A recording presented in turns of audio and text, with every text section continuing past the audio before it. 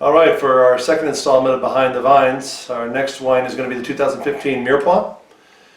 So this wine we actually have a long history with as well.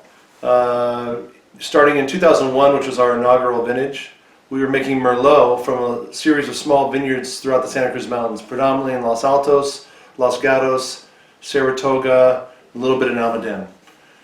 So we used to bring those wines out and call them Merlot. They did very well for us. They won quite a few awards for us. And then a particular movie came out, and it became pretty cool to not like Merlot, even though it was a good seller. And so it ended up in the tasting room, people would not want to taste it, which I'm okay with if you don't care for particular wine. Everybody has their own palate. Every wine is different. But to not taste a wine just seems sort of like a waste, especially with a wine that had historically been a real nice wine for us. So I put on my marketing hat. I took off the word Merlot from the front label and I put on the word Mirepoix. So Mirepoix is a French cooking term. It's carrots, celery, and onion. And basically it stood for the Merlot, Cabernet Sauvignon, and Petit Verdot that goes into this blend. This wine is really styled after the right bank Bordeaux wines, so it's a Merlot-based Bordeaux. And as soon as it came out with the Mirepoix name on the label, it became our bestseller. So I guess there is something to be said about perception. So welcome to the Fernwood Cellars Barrel Room and Winery.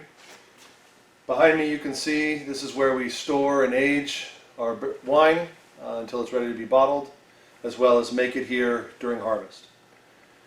We've got a variety of barrel types in here, although predominantly American oak. When I first started making wine, I was predominantly French oak influenced, with a little Hungarian and some American. At that time, the American oak tended to be super aggressive to the wines, so there's only a certain number of wines you could really pair that with that it would marry up well with. Zinfandel, Petit Syrah, that style of wine. What's happened since then is the American coopers have gotten better at creating a barrel that adds its flavor profile without overwhelming a lot of other wines. So as the years have gone by, we have shifted more and more to American made to the point now where we are effectively 100% American oak barrels.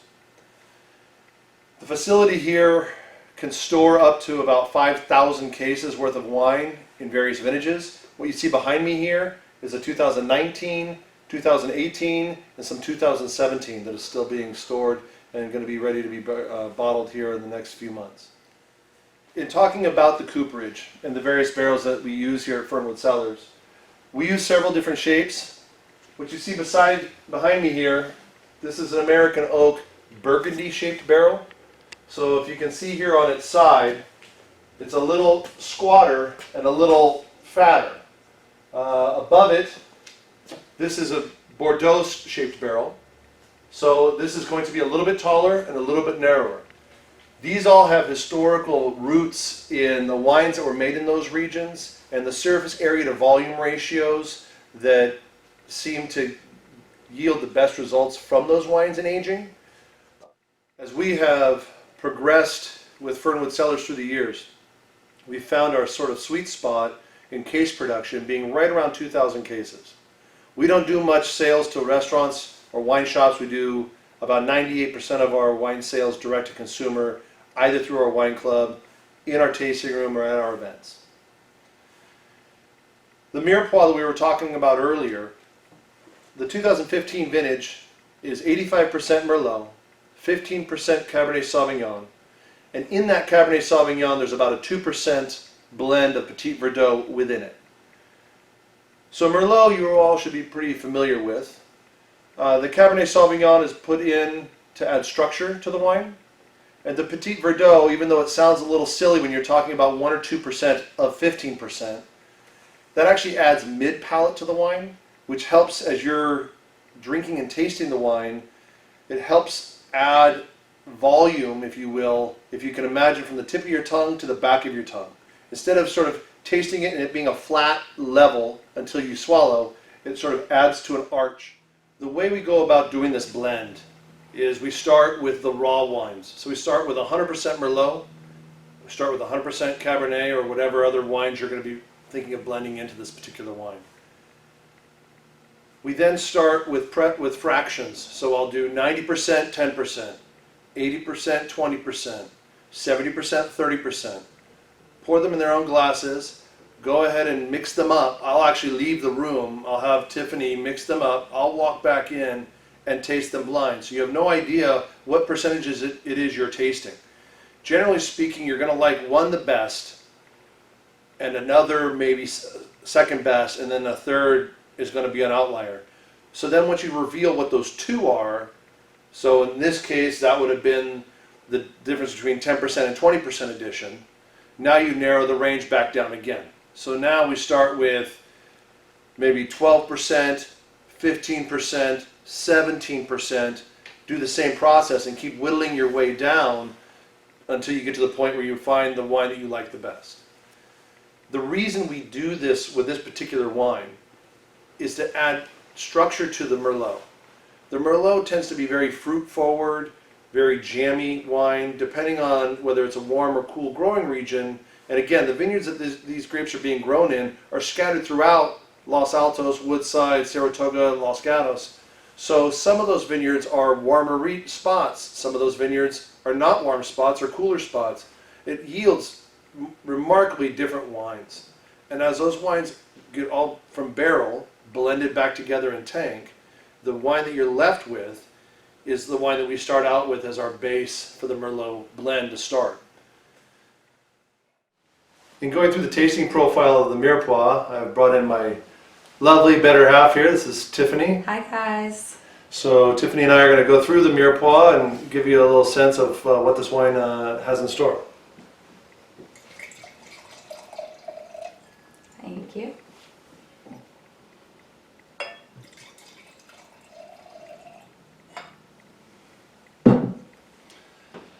All right, so first off, just based on appearances itself, you've got a dark ruby colored wine. Try to give you a feel here for color, if you can see that a little bit. It's a color that you would expect for a wine of this style. It's got plenty of depth to it, no lightening to it. And what's your thoughts on that? So to me, this is a really fruit-forward, very bright, young red wine. So knowing that it's going to have the tannins in it, that's what you want. To me, I always get a little bit, and especially with this particular vintage, a lot more of the plum, the dried cherry, but the bright flavors. Blackberry is also in there to me, that smell, that fresh smell that you would get from ripe fruit.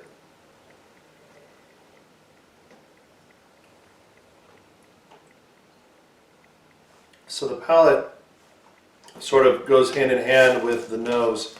It's bright, fruit forward. There's definitely a tannic structure and backbone to it. This is a young wine, so I would definitely recommend some aging as far as allowing the wine to really achieve what it ultimately can achieve.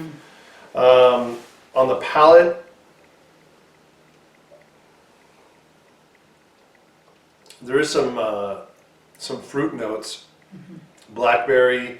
There's a certain sort of minerality towards the middle, the back end of it that I quite like.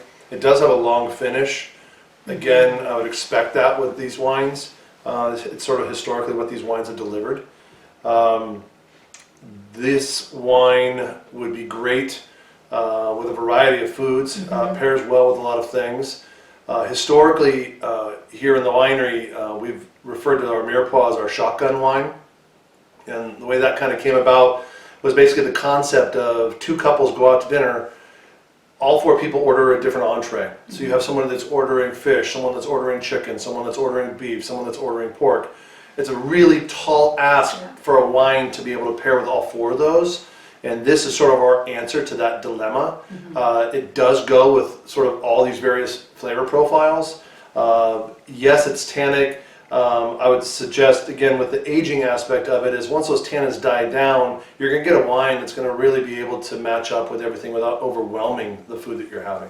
Yeah, for me, I think that the biggest thing is it's very approachable to more like everyday foods. So for me, it's going to be barbecued chicken. It's going to be a pasta bake with sausage.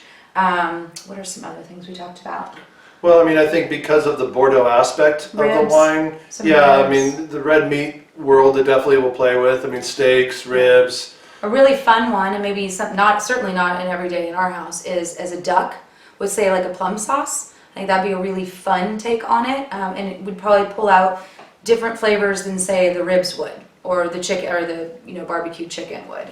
Some cheeses that are excellent with it. And we actually had at our staff meeting. Pecorino is awesome with it. It's a little bitier cheese, so you're really gonna pull out. Yes, you're gonna get the tannins out of it, but it's really gonna show the fruit flavors of it, of this wine in particular, as well as Swiss. Believe it or not, Swiss.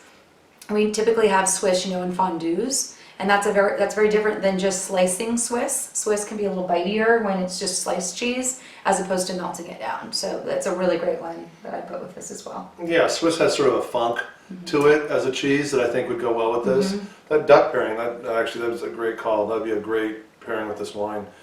Now, I would suggest that if you are opening up this wine tonight, that give it the ability to open up. So that's something that we don't do a lot of in this country. We're a very sort of Coca-Cola society, buy it today, drink it today. So the desire or ability to age wines is relatively low when in comparison to maybe our European counterparts. But if you're going to open this tonight, my suggestion is always, you want to pour the wine so it gets past the shoulder of the bottle. So what you've done now is you've opened up the surface area of the wine that's remaining in the bottle, have your glass, and then let your bottle sit there. A lot of times I'll suggest open it up before you even make dinner.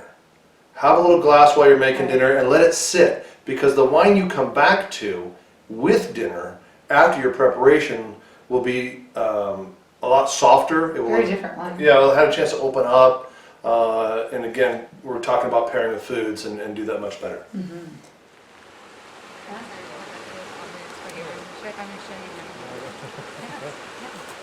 So to that end, we hope you are all staying safe at home, in your homes and in your backyards, enjoying some family time.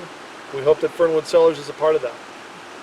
We hope that you've enjoyed this video. We'll be doing some more of them, so hopefully you find them informative.